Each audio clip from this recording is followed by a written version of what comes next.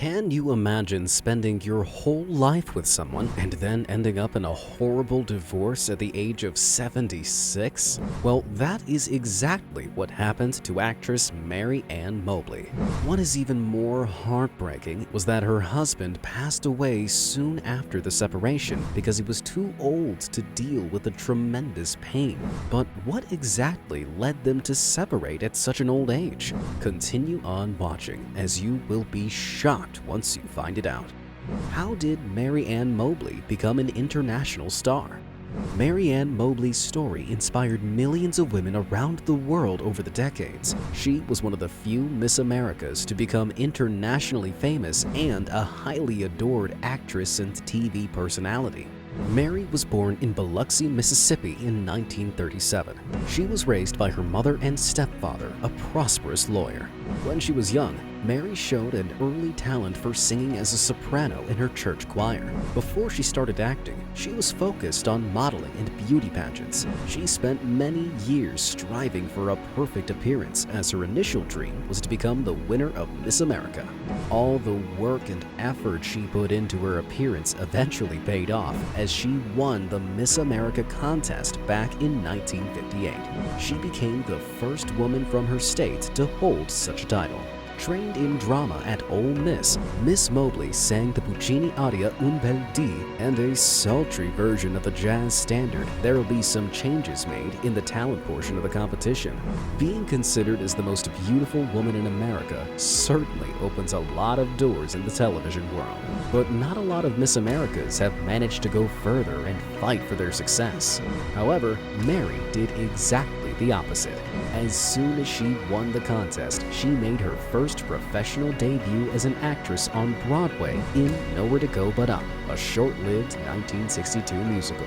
Mary then lit out for Los Angeles to break into TV and movies. She instantly became a sought-after guest star in episodic television of the 1960s, appearing on many hit series of that era, titled Perry Mason, Mission Impossible, The Man from U.N.C.L.E., and The Virginian, just to name a few.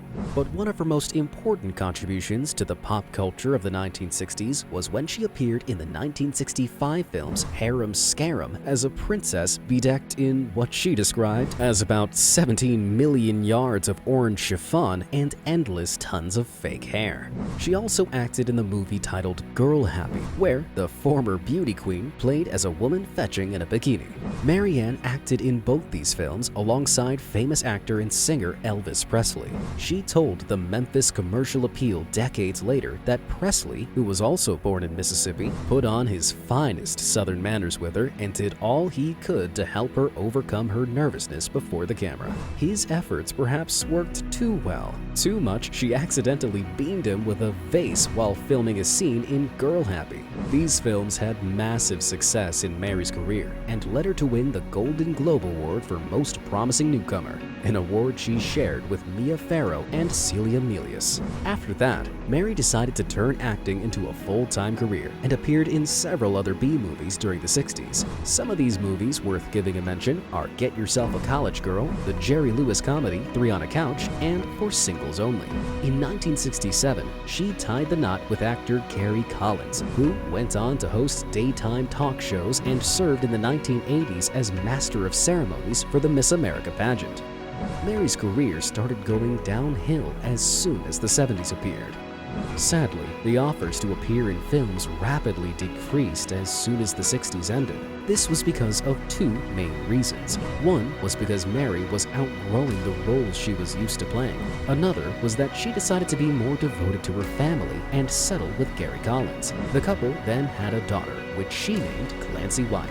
During the 70s, Mary almost disappeared from films altogether. Her TV appearances were mostly guest roles on popular series of the time, such as Fantasy Island, Love, American Style, The Love Boat, and the 1973 game show Match Game, on which she was a frequent panelist alongside other famous wiseacres as Betty White, Patty Deutsch, Brett Somers, and Charles Nelson Riley. She and Collins also appeared a number of times performing death death-defying high-wire acts and other athletic, outrageous stunts on the annual television event Circus of the Stars. In 1985 and 1986, she had a recurring role in the final season of the sitcom Different Strokes as the wife of a New York industrialist played by Conrad Bain. Apart from this, Mary Ann also acted as her husband's frequent guest co-host on his successful talk shows Our Magazine, on installments of the Miss America pageant, and The Home Show. So, despite not appearing in movies, the actress still kept busy on numerous projects and started shifting her career into becoming more of a TV personality. Throughout the 80s and 90s, Mary kept on doing pretty much the same thing. Her biggest projects were mainly done alongside her husband, as the two had a really strong relationship together and made a great team.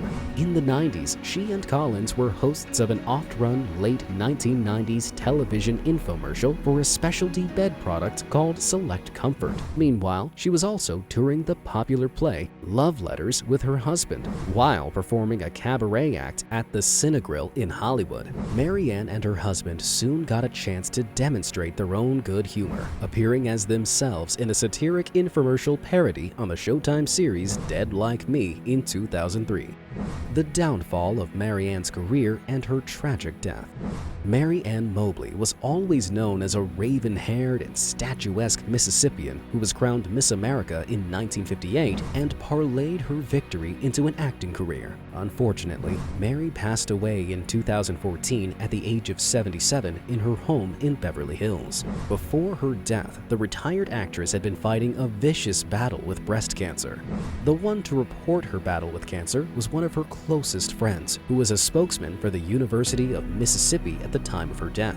During her last years, Mary Ann did fundraising and publicity work with the March of Dimes and the United Cerebral Palsy Association, among other organizations. She also made documentaries about homeless and starving children in African war zones. Her husband, Gary Collins, with whom she shared most of her success, passed away just 2 years prior to Mary Ann's death. The cause of his death was not that clear, however. Many reports claim that the main reason was that during the time, he was going through a devastating separation with Mary and also facing legal troubles for drunk driving. This might have led him to massive stress, which he couldn't handle for his age. No one is sure as to why the couple separated right before passing away, but many believe that it was because Gary Collins had become a severe alcoholic, which made Mary not want to deal with him any longer. Currently, Mary Ann is only survived by her daughter, Clancy Collins White, her 2 grandsons, and her sister.